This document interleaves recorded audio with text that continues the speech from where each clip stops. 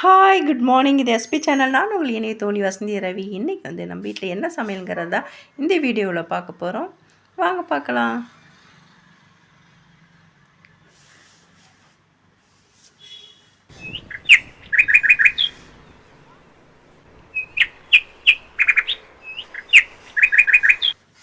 இன்றைக்கி வந்து ஃபஸ்ட்டு வந்து காலிஃப்ளவர் வந்து நம்ம சில்லி போட்டுடலாம். அதுக்கு வந்து இந்த மாதிரி ஒரு காலிஃப்ளவர் எடுத்திருக்கேன். அதை வந்து சுத்தம் பண்ணிவிட்டு நான் வந்து சுடு தண்ணியில் போட்டு ஒரு கல் உப்பு மஞ்சத்தூள் போட்டு ஒரு ஒரு ஆஃப் ஆயில் பண்ணிக்கலாம். ஒரு 50% வேக வச்சு எடுத்துக்கலாம். எடுத்து நான் வடிகட்டி வச்சுக்கிட்டேன். அதுக்கு ஒரு மசாலா ரெடி பண்ணிடலாம். 2 ஸ்பூன் சில்லி பவுட்ரு, 1/4 ஸ்பூன் வந்து மஞ்சள் பொடி, இஞ்சி பூண்டு பேஸ்ட்டு, ஜீரகத்தூள், கறி மசால் பொடி, தேவையான சால்ட்டு, கொஞ்சம் கொத்தமல்லி பவுடர் சேர்த்திக்கலாம். ஒரு அரை லெமன் வந்து நம்ம பிழிஞ்சு விட்டுக்கலாம்.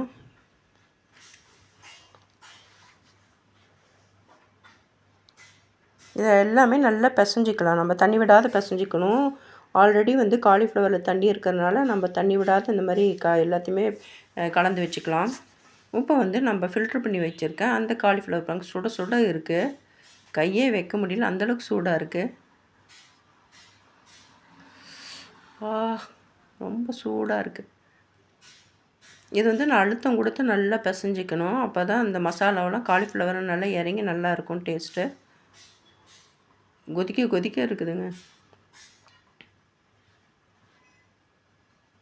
நல்லா அழுத்தம் கொடுத்து பிசைஞ்சு வச்சுக்கணும்.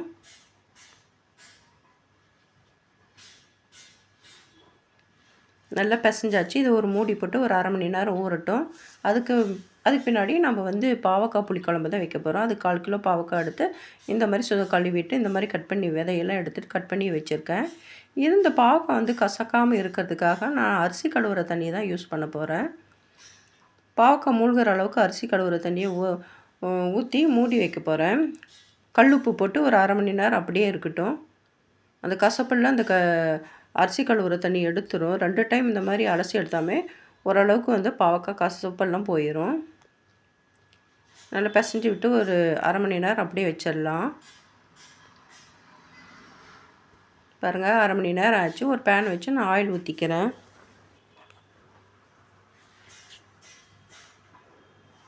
ஆயில் காஞ்சிருச்சு. நான் வந்து இந்த பாவக்காயை நல்லா கொஞ்சம் ஃப்ரை பண்ணி எடுத்துக்க போகிறேன். ஒரு 50-60% நல்லா வெந்தால் போதும். ஆயிலே நல்லா ஃப்ரை ஆனால் கசப்பு தெரியாது. அதுக்காக தான் நம்ம நல்லா ஃப்ரை பண்ணி எடுத்துக்க போகிறோம். இந்த மெத்தடில் செஞ்சு பாருங்கள். பாவக்காய் குழம்பு, இது பாவக்காய் குழம்பான்னு கேட்குற அளவுக்கு கசப்பில் நல்லா இருக்கும் டேஸ்ட்டு. மூடி போட்டு ஒரு 5 நிமிஷம் அப்படி கிளறி விட்டு நம்ம மூடி வச்சு எடுக்கணும். ஆயிலே ஃப்ரை ஆகும்போது பாவக்காவுடைய கசப்பெல்லாம் ஓரளவுக்கு போயிடும். நல்லா வந்து ஃப்ரை ஆகிடுச்சு. இதை வந்து ஒரு பிளேட்டுக்கு மாற்றிக்கிறேன். அதே பேனில் வந்து ஆயில் ஊற்றிக்கலாம். இன்னும் கொஞ்சம் பாவக்காய் குழம்புனாவே கொஞ்சம் ஆயில் கொஞ்சம் எக்ஸ்ட்ரா தான் ஆகும். வெந்தயம், கடுகு, உளுத்தம் பருப்பு போட்டு தாளிச்சிக்க வேண்டியதுதான். நான் ஒரு 100 கிராம் சின்ன வெங்காயம் சின்னதாக கட் பண்ணி வச்சுருக்கேன். ஒரு 4-5 பூண்டை வந்து சின்னதாக கட் பண்ணி வச்சுருக்கேன். கொஞ்சம் கறிவேப்பிலை போட்டு நல்லா வதக்கிக்கலாம். இதுக்கு சின்ன வெங்காயம் சேர்த்து செய்யும்போது டேஸ்ட் நல்லாயிருக்கும். பாருங்கள், நல்லா வதங்கிடுச்சு. இந்த ஸ்டேஜில் நான் 4 தக்காளி வந்து நான் மிக்ஸி ஜாரில் அரைச்சி தான் வச்சுருக்கேன். அதை ஊற்றிக்கலாம். தக்காளி அரைச்சி சேர்த்தும்போது டேஸ்ட் நல்லாயிருக்கும். கிரேவி திக்னஸ் கொடுக்கும். அதுக்காக தான் நம்ம அரைச்சி சேர்த்திக்கிறோம்.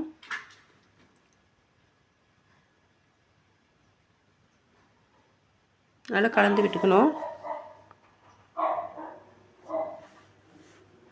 1/4 ஸ்பூன் மஞ்சத்தூள், 1 ஸ்பூன் குழம்பு மிளகாய் பொடி, வீட்டில் அரைச்ச பொடி, எல்லாமே போட்டு நல்லா கலந்து விட்டுக்கணும்.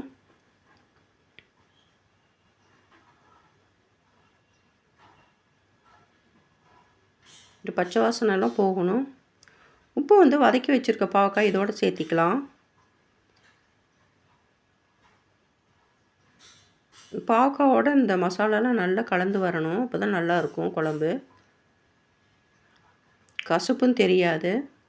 இப்போ இது வேகிறதுக்கு வந்து நான் தண்ணி ஊற்றிக்கிறேன். இது மூழ்கிற அளவுக்கு தண்ணி ஊற்றிக்கலாம். இது மூடி போட்டு ஒரு 5 நிமிஷம் வேக விடலாம். இது வெந்துட்டு இருக்கிற கேப்பில் நாம் வந்து இட்லிக்கு வந்து குருமா வைக்க போகிறோம். அதுக்கு வந்து 4 சில்லு தேங்காய் எடுத்துருக்கேன், கட் பண்ணி வச்சுருக்கேன். இதுக்கு வந்து ஒரு 4 ஸ்பூன் வந்து நான் பொட்டுக்கடலை போட்டுக்கிறேன். 1/2 ஸ்பூன் சோம்பு, 2 பட்டை, 2 லவங்கம், 2 பூண்டு, 1 பச்சை மிளகாய், கொஞ்சமாக இஞ்சி சேர்த்து நம்ம இதை அரைச்சிக்க போகிறோம். பாருங்கள், அரைச்சி எடுத்துகிட்டு வந்துட்டேன். இது ஒரு பக்கம் இருக்கட்டும். நம்மளுடைய பாவக்காய் புளிக்குழம்பு என்னாச்சுன்னு பார்க்கலாம். அதுக்கு வந்து நான் புளி எலுமிச்சை அளவுக்கு கலந்து வச்சுருக்கேன். அதை ஊற்றிக்கலாம். காய் நல்லா வெந்துருச்சு. இப்போ வந்து இதுக்கு வந்து ஒரு 1/4 மூடி தேங்காய் வந்து நான் அரைச்சி இதோடு சேர்த்திக்கிறேன். ஜார கழுவி ஊற்றிக்கலாம். இது தேவையான அளவு கல் உப்பு போட்டுக்க வேண்டியது தான்.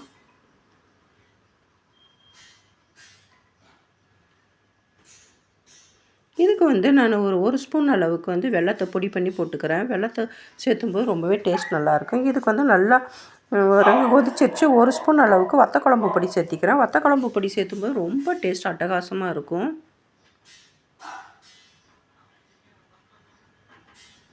ரொம்ப நல்லாயிருக்கு இந்த குழம்பு. நீங்கள் ட்ரை பண்ணி பாருங்கள். ஒரு டைம் செஞ்சிட்டிங்கன்னா திரும்ப திரும்ப செய்வீங்க. குழந்தைங்க கூட சாப்பிடுவாங்க. இப்போ கசப்பே தெரியாத பாவக்காய் குழம்பு இது. இது மூடி போட்டு ஒரு 5 நிமிஷம் நம்ம விட்டுடலாம். பாருங்கள், நல்லா கொதிச்சிருச்சு. இப்போ இந்த ஸ்டேஜில் நம்ம கொத்தமல்லி தழை தூவி இறக்கிற வேண்டியதுதான். நம்மளுடைய பாவக்காய் புளிக்குழம்பு ரெடி ஆகிடுச்சு. அடுத்து வந்து நம்ம இட்லிக்கு குருமா தான் செய்ய போகிறோம். அதுக்கு ஒரு வானல் வச்சு அதில் ஆயில் ஊற்றிட்டு கடுகு உளுத்தம் பருப்பு போட்டுக்கலாம். ஒரு பெரிய வெங்காயத்தை கட் பண்ணி வச்சுருக்கேன் நீல வாக்கில். அதையும் கறிப்பிலையும் போட்டுக்க வேண்டியதுதான்.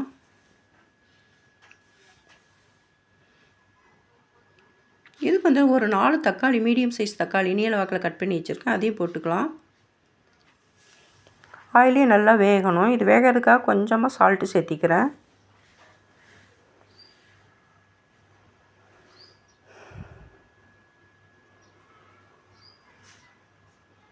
நல்லா கரண்டியால் நல்லா மசிச்சு விட்டுக்கணும்.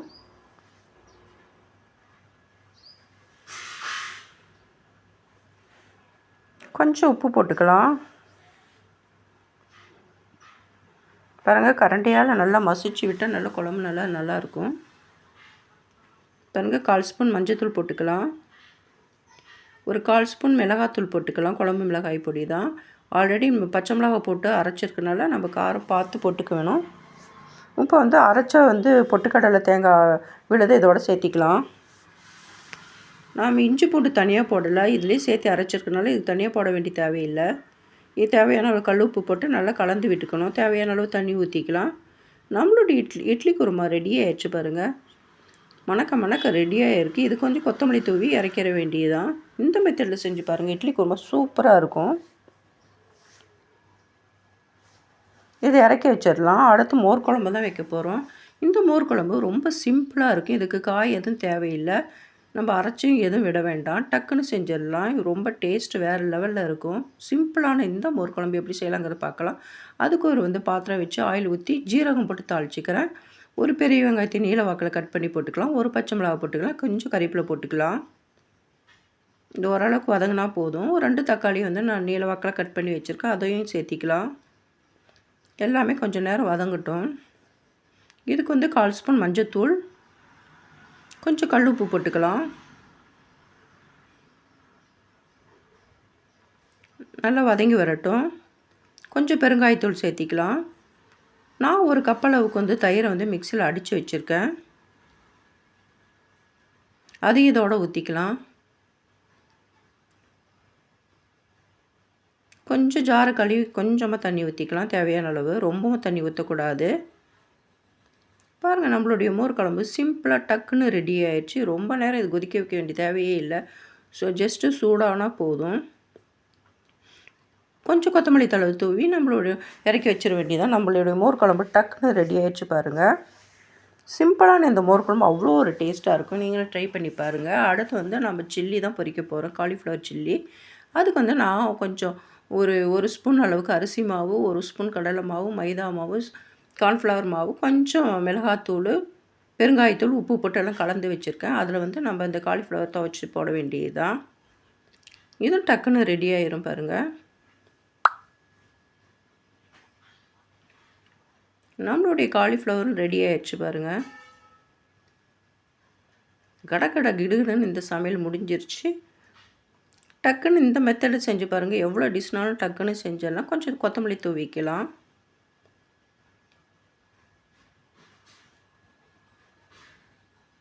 இந்த பக்கம் பாருங்கள், இட்லி வெந்துட்டுருக்கு.